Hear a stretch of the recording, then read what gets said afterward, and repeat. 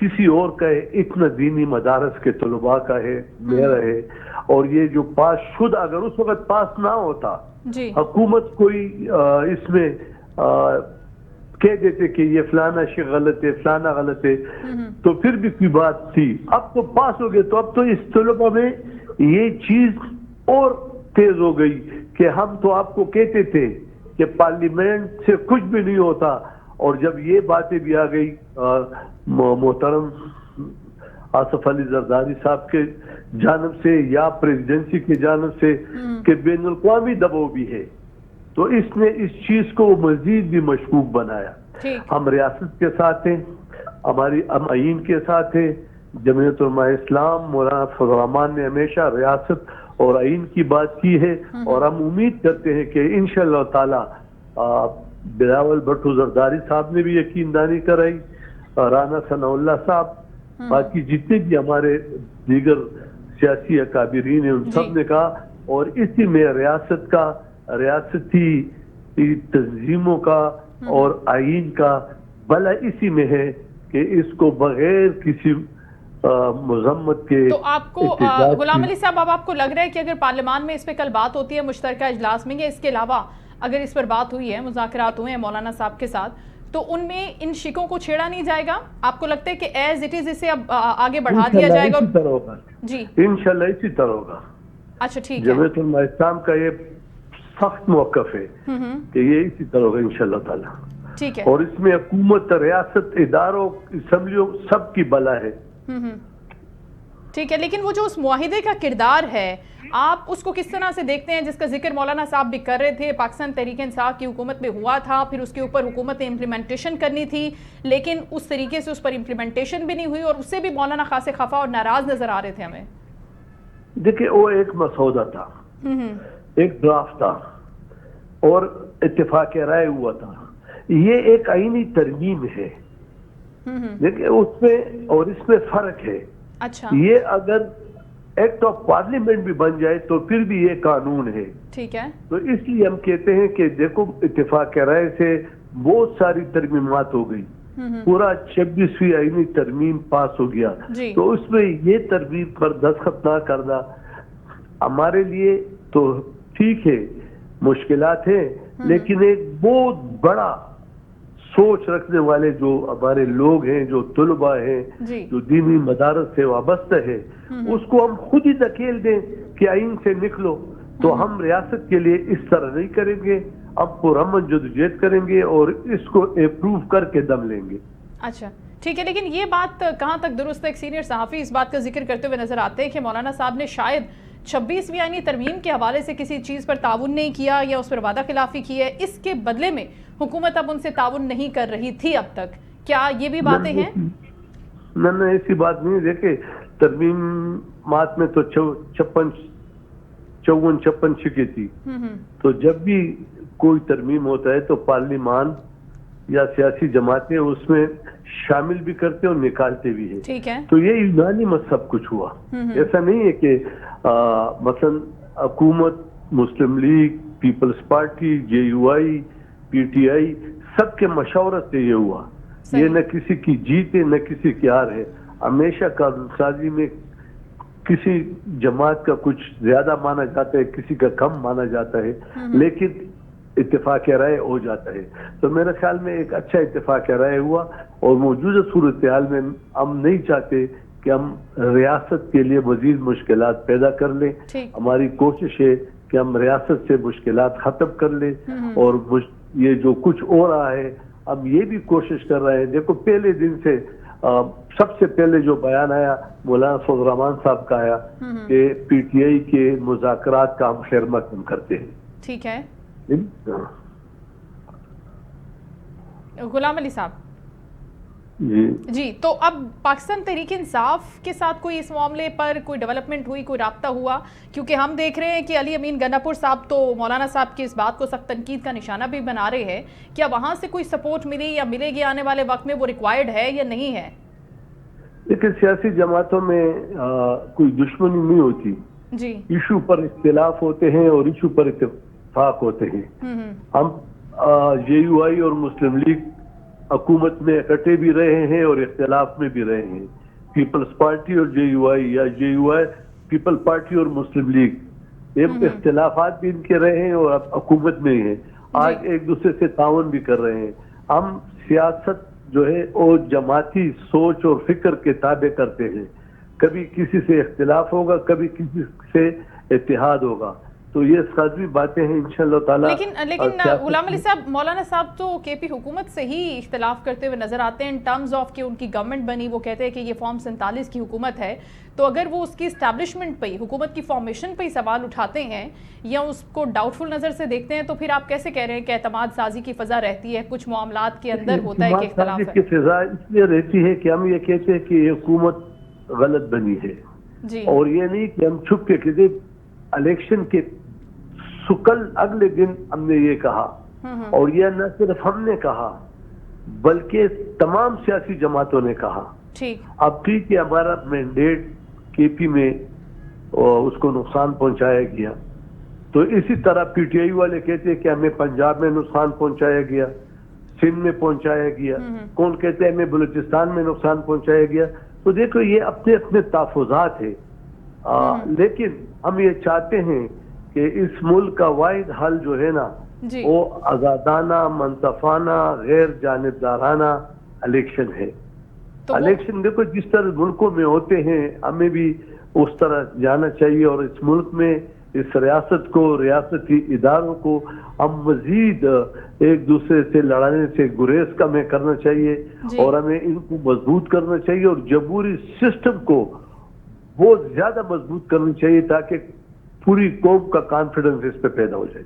لیکن یہ کیسا پاسبل ہے؟ آپ کیا سمجھتے ہیں غلام علی صاحب کہ اگر دھاندلی کی مہم چلائی جاتی ہے کہ ریگنگ ہوئی ہے, یہ الیکشن صحیح سے کنڈکٹ نہیں ہوئے, فری اینڈ فیئر نہیں ہے, پہلے تو آر ٹی ایس کی بات ہوتی تھی, اب پورے کی پوری فارم 45 اور فارم 47, یعنی کہ اس سے ایک سٹیپ آگے کی بات ہوتی ہے, تو ہم نے نہیں دیکھا کہ خیبر پختونخوا میں مولانا صاحب نے کوئی عدم اعتماد کے حوالے سے کوئی مہم چلائی ہو, الیکشن کے حوالے سے وفاقی حکومت کے خلاف تو چلتی ہے, لیکن وہاں پر ہم نے ایسی کوئی بھی کیمپین نہیں دیکھی. اس کی کیا وجہ ہے؟ لیکن نہیں, وہاں پہ کمپین اس لیے نہیں ہے کہ جب وفاق کو آپ اس پہ راضی کرو گے یا وہاں اس کو کمزور کرو گے تو صوبے میں اس کا اثرات آئے گا. اچھا, ایسا نہیں ہے کہ صوبے میں اس کے اثرات آئیں گے. تو اس پر تو میرے خیال میں تمام جماعتیں متفق ہے, اور محترم رانا ثناء اللہ صاحب کے بیانات آپ نے گزشتہ 10-15 دنوں میں ٹی وی پہ سنے ہوں گے کہ اس ملک میں تو فیئر الیکشن ہوا ہی نہیں. اس کا ایک انٹرویو میں جیو میں دیکھ رہا تھا. اچھا, تو دیکھیے ہمیں چاہیے کہ ہم ماضی کی طرف نہ جائیں.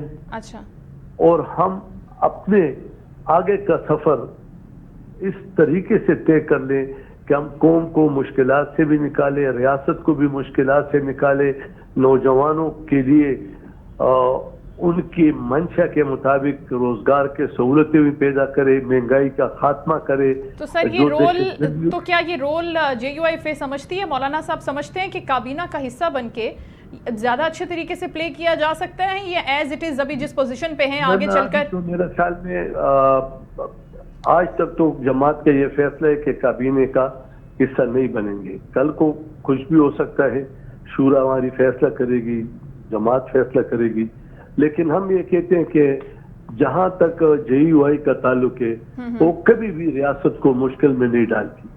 اچھا, اور ہم کوشش کرتے ہیں کہ آئینی حدود میں رہ کر ہم احتجاج بھی کرتے ہیں. آپ سب نے دیکھا 15 لانگ مارچ ہم نے کیے, کراچی سے روانہ ہوئے, اسلام آباد تک پہنچے, آپ سب نے گواہی دی کہ ایک درخت کا پتہ بھی نہیں ٹوٹا. یہ بات تو بالکل ٹھیک ہے جے یو آئی فے کی, لیکن آپ نے یہ بھی خبریں سنی ہوں گی اور یہ سٹیٹمنٹس بھی ہمیں مختلف رہنماؤں کی جانب سے سننے کو ملتے رہتے ہیں کہ اگر جیسے پاکستان تحریک انصاف تو آپ سمجھتے ہیں اور دیکھتے بھی ہیں کہ وہ احتجاج کرتی ہے, دھرنا دیتی ہے, صورتحال کیا ہوتی ہے, حکومت ٹس سے مس ہوتی نہیں ہے, اور ابھی تک تو ان کے ساتھ نیگوسیشن کے اوپر بھی ہم سیریس کوئی ڈیولپمنٹ دیکھ نہیں رہے غلام علی صاحب. لیکن جے یو آئی فے کے حوالے سے یہ کہا جاتا ہے کہ اگر یہ سڑکوں پر آئی تو پھر حکومت گھر ہی جائے گی. خود مولانا صاحب بھی اس بات کو کلیم کرتے ہوئے نظر آتے ہیں, تو آپ کیسے فرما رہے ہیں کہ ہم نہیں چاہتے کہ حکومت کو کوئی ٹف ٹائم دیں؟ کیا اگر مشترکہ پارلیمان کے اجلاس میں بھی بات نہیں بنتی تو پھر مولانا صاحب ہوں گے سڑکوں پر؟ انشاءاللہ سڑکوں پر بھی ہوں گے, اور ہم یہ بھی امید کرتے ہیں, اچھائی کی امید ہم کرتے ہیں کہ انشاءاللہ مشترکہ پارلیمان کے اجلاس میں یہ سب کچھ حل ہو جائے گا. اچھا, یہ یہ ریاست کے لیے بھی بہتر ہے اور ریاستی اداروں کے لیے بھی بہتر ہے، یہ پارلیمان کے لیے بھی بہتر ہے، کیونکہ پارلیمان سپریم ہے، ساری دنیا کہتی ہے کہ پارلیمان سپریم ہے، تو سپریمیسی کہاں گئی جب انہوں نے ایک چیز پاس کر لی، سینٹ میں کر دی، اور پھر محترم آصف علی زرداری صاحب اس پہ دستخط نہ کرے، تو میرا خیال ہے سب کے لیے ایک سوالیہ نشان ہے، اور ہم کوشش کریں گے شائستگی سے کہ یہ مسئلہ حل ہو جائے۔ اچھا، لیکن کیا سمجھتے ہیں غلام علی صاحب، مولانا صاحب کیا سمجھتے ہیں، آپ کیا سمجھتے ہیں کہ جب پارلیمان سے سینٹ سے ساری چیزوں کی اپروول ہو جاتی ہے ود کنسنسس، اور اس کے بعد زرداری صاحب کیوں اس پر سائن نہیں کر رہے تھے؟ معاملہ ایکچولی پس پش تھا کیا، کہاں پہ رکا ہوا تھا، اور کیا وہ زرداری صاحب مولانا صاحب کو ناراض کر سکتے ہیں، آپ سمجھتے ہیں؟ ہم تو یہ سمجھتے ہیں کہ زرداری صاحب مولانا صاحب کو ناراض نہیں کر سکتے، لیکن یہ سوال کا جواب تو زرداری صاحب دے گا کہ دونوں ایوانوں سے پاس شدہ مسودہ کس طرح اس کے دستخط سے ایک شک رہ جاتی ہے۔ اچھا، لیکن ہم اب انہوں نے پارلیمان کا مشترکہ اجلاس بلایا، ہم توقع رکھتے ہیں کہ انشاءاللہ تعالی یہ مسئلہ یہ حل کر لیں گے، نہیں تو مولانا فضل الرحمان صاحب نے کلیئر کٹ ہدایت دی ہے اور احکامات دیے پشاور کے جلسے میں کہ ہم ان کو ٹائم دیتے ہیں، نہیں تو پھر ہم اپنا لائحہ عمل کا اعلان کریں گے، اور لائحہ عمل یہی ہے کہ پھر اسلام آباد کی طرف جانا ہوگا، اور انہوں نے کہا کہ پھر ہم واپس مڑیں گے بھی نہیں جب تک ہم یہ تمام جو ہمارے مطالبات ہیں یہ حل نہ ہو جائے۔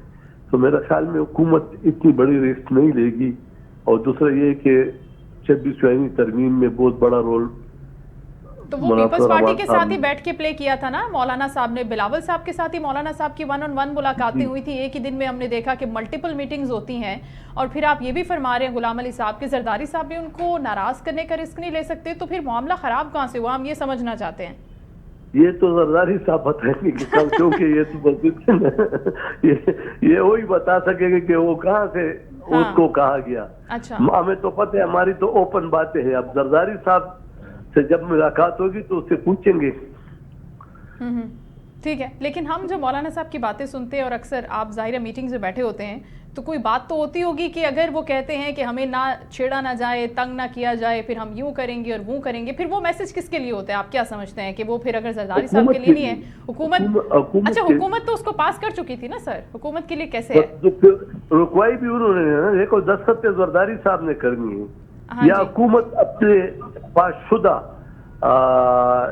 جو امینڈمنٹ ہے اس کی بات پرسی حکومت ہی کرے گی کہ کیوں یہ نہیں ہوتا، جو اب نے ایک فائل بھیجی کیوں نہیں ہوتا، تو یہ حکومت کے کندھوں پہ رسپانسبلٹی آتی ہے، اور محترم آصف علی زرداری، اور اس کا جو سب سے زیادہ نقصان یا فائدہ پہنچے گا وہ بلاول بھٹو زرداری صاحب کو۔ اور شہباز شریف صاحب کے کردار کو آپ اس میں کیسے دیکھتے ہیں غلام علی صاحب؟ آپ سمجھتے ہیں کہ میں یہ کہتا ہوں کہ وہ ابھی ایک نوجوان ہے اور کمٹمنٹ انہوں نے کی تھی بلاول صاحب، اور اگر اس طرح سیاسی کمٹمنٹ اس طرح راستے میں پوری نہ ہو تو پھر یہ اس کے مستقبل میں سیاست پر اثر انداز ہو سکتی ہے۔ نہیں، ہم تو اکثر دیکھتے ہیں کہ ان کے تعلقات بہت ہی اچھے ہیں، لیکن ایسے میٹرز کے اندر جہاں پر مولانا صاحب بڑے سخت لہجہ بھی اپناتے ہیں اور سخت قسم کے میسیجز بھی دیتے ہیں، تو اس میں شہباز شریف صاحب نے ان سے رابطہ کیا، ان کے ساتھ ان کی کوئی بات ہوئی اس موضوع پر؟ نہیں، بات تو ہوتی رہتی ہے، لیکن ہمارا تو ایک ہی ایجنڈا ہے کہ جب سب پہ دستخط ہوا اس پہ کیوں نہیں ہو، اس پہ دستخط کرو، اس پہ آگے اور پیچھے کوئی کوشچن آنسر ہم نہیں کر سکتے۔ ہم نے ان کو کہا کہ یہ بھی آپ کو کرنا ہوگا۔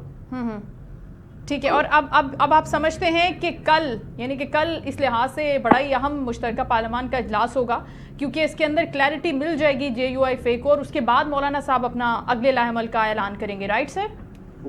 بالکل امید ہے کہ انشاءاللہ حکومت اس مسئلے کو پارلیمان کے ذریعے حل کر لے گی۔ That's right, thank you so much. Haji Ghulam علی صاحب سابق گورنر خیبر پختونخوا ہم سے گفتگو کر رہے تھے مدارس بل کے حوالے سے، اور ان کا یہی کہنا تھا کہ کل مشترکہ پارلیمان کا اجلاس جو بلایا جا رہا ہے اس کے اندر گو کہ اس پر بات ہو سکتی ہے، اس چیز کا امکان ہے اور ہونی بھی چاہیے، کیونکہ اتنی اہم بات ہے، اور مولانا صاحب کو ناراض کرنے کا رسک نہ تو زرداری صاحب لے سکتے اور نہ گورنمنٹ ابھی چاہتی ہے، کیونکہ پاکستان تحریک انصاف کے ساتھ